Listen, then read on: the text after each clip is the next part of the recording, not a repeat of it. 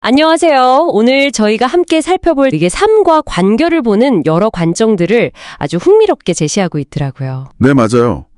인연이라든지 소통, 또 관계에서의 책임 같은 어쩌면 좀 근본적인 질문들을 다루고 있죠. 네. 이런 개념들을 좀 하나하나 짚어보면서 우리 자신 또 타인을 좀 더 깊이 이해하는 시간을 가져보면 좋겠습니다. 한번 풀어보죠. 좋습니다.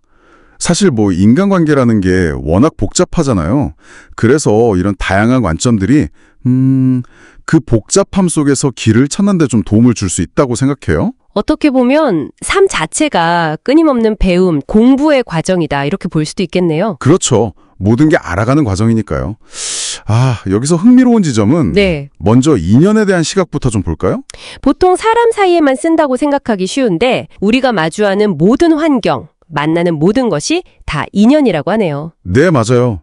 그게 참 독특한 지점이죠. 심지어 이게 내가 선택하는 게 아니라 주어진다는 거예요. 주어진다? 마치 태어날 때 부모님이나 환경처럼요? 그렇죠. 그래서 내 앞에 오는 모든 것들은 다 나에게 필요해서 온다. 이런 관점인 거고요. 필요해서 온다. 그게 핵심이군요. 네. 더 깊이 들어가 보면 결국 우리는 서로를 필요로 하도록 그렇게 만들어졌다는 의미와 연결돼요. 필요라는 키워드요. 아하, 나한테 필요한 건 다른 사람이 가지고 있고 또 다른 사람한테 필요한 건 내가 가지고 있고. 맞습니다. 바로 그거죠. 그래서 겉모습이나 첫인상만 보고 함부로 인연을 판단하거나 끊어내선 안 된다. 모든 만남과 환경에는 다 그만한 이유가 있다는 그런 성찰로 이어지는 거죠. 그렇군요. 그럼 그런 인연들과의 관계 맺음 그 방식에 대한 이야기도 있었어요. 간섭이랑 관심, 이 차이가 되게 인상 깊었는데요. 네. 그 부분 중요하죠. 간섭은 상대가 원하지도 않는데 막 조언하거나 도와주려고 하는 거. 오히려 관계를 멀어지게 만든다고요. 그렇죠. 반면에 진짜 관심은 상대방의 행동이나 말을 그냥 받아들이고 인정해주고 좀 기다려주는 거. 비유가 딱 와닿았어요. 아이가 스스로 일어설 때까지 부모가 옆에서 그냥 지켜봐 주는 거요. 네, 맞아요. 그 비유가 핵심을 잘 보여주죠.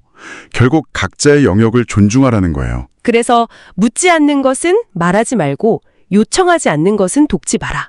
이런 원칙까지 제시했더라고요. 네, 그게 어떻게 보면 관계의 기본 원칙일 수 있다는 거죠. 간섭은 할수록 멀어지고 진정한 관심은 가질수록 가까워진다. 이 경계를 넘으면 그 대가를 치르게 된다는 말도 있었고요. 그렇죠. 그 책임은 결국 나에게 돌아온다는 걸 명확히 하고 있어요. 이게 참 쉽지 않은 문제예요.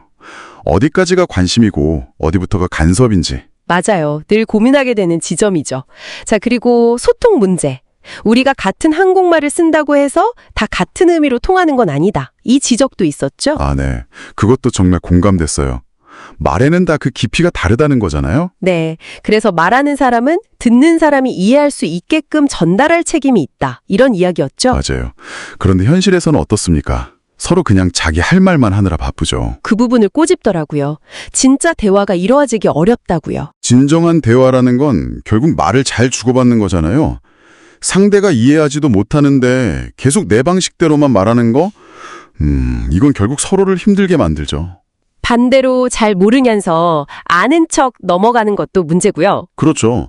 그것도 오해를 계속 쌓게 만드는 거니까요. 말은 이해되는 데까지라고 한 말이 기억나네요. 이런 소통의 문제, 결국 이게 어느 한쪽만의 잘못은 아니다. 이런 맥락에서 다음 주제인 쌍방과실로 자연스럽게 넘어가는 것 같아요. 네, 맞습니다. 이 쌍방과실 개념도 참 흥미로운데요. 세상의 모든 문제는 그게 어떤 문제든 간에 한쪽만의 잘못은 없다는 거예요. 항상 양쪽 모두에게 책임이 있다.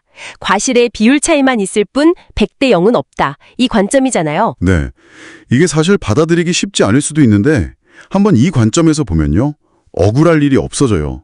남 탓할 일도 없어지고요. 문제 해결의 열쇠가 밖에 있는 게 아니라 나한테 있다. 이렇게 되는 건가요? 그렇죠.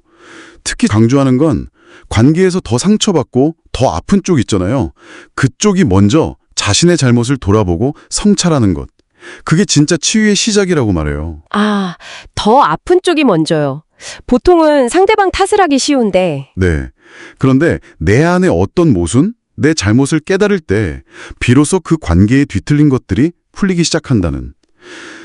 상당히 깊은 통찰을 주는 거죠. 와, 그렇군요.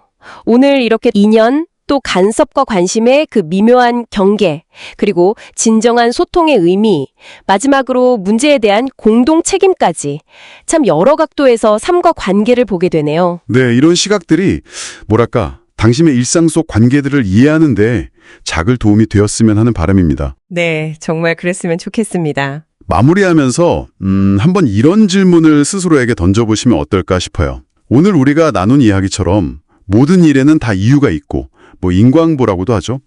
우리는 서로 연결되어서 영향을 주고받고 이게 인연이고 또 쌍방과실의 근거가 되겠죠.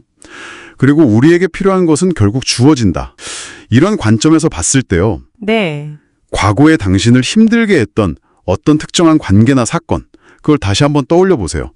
그리고 그 안에서 나의 역할은 과연 무엇이었을까? 이걸 한번 되짚어 본다면 어쩌면 그 경험에 대한 당신의 해석이 조금은 달라질 수도 있지 않을까요? 과거 경험을 재해석해 볼 기회가 되겠네요. 네, 한번 곱씹어 보시면 분명 의미가 있을 겁니다.